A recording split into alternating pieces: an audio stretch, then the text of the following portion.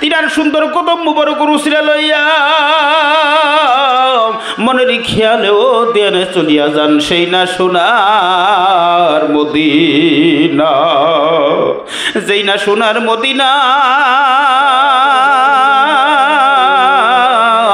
আশেকদের বালাখানা।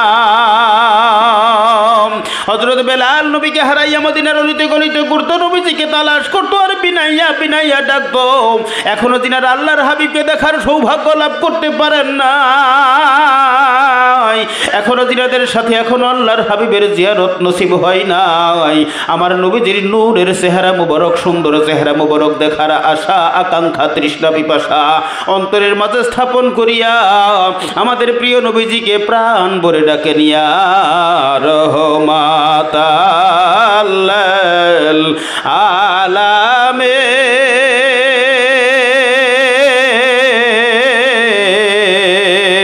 ইয়া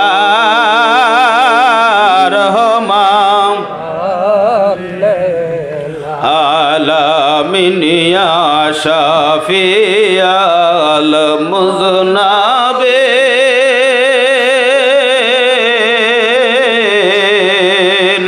ইয়া রহমাতাল।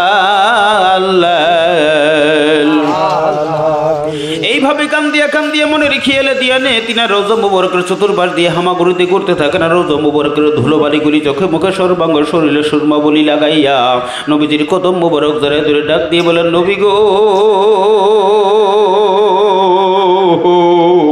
আমাদের সহায় নাই, সম্বল নাই, অর্থ নাই, তাই আমরা সশরীরে আপনার কদম মুবারকে হাজিরা দিতে পারি না। তাই বলে কি আমরা গুনাহগার আপনার কদমের নিচে এক বিন্দু জায়গা পাবো না, পাবো না। ইয়া রাসূলুল্লাহ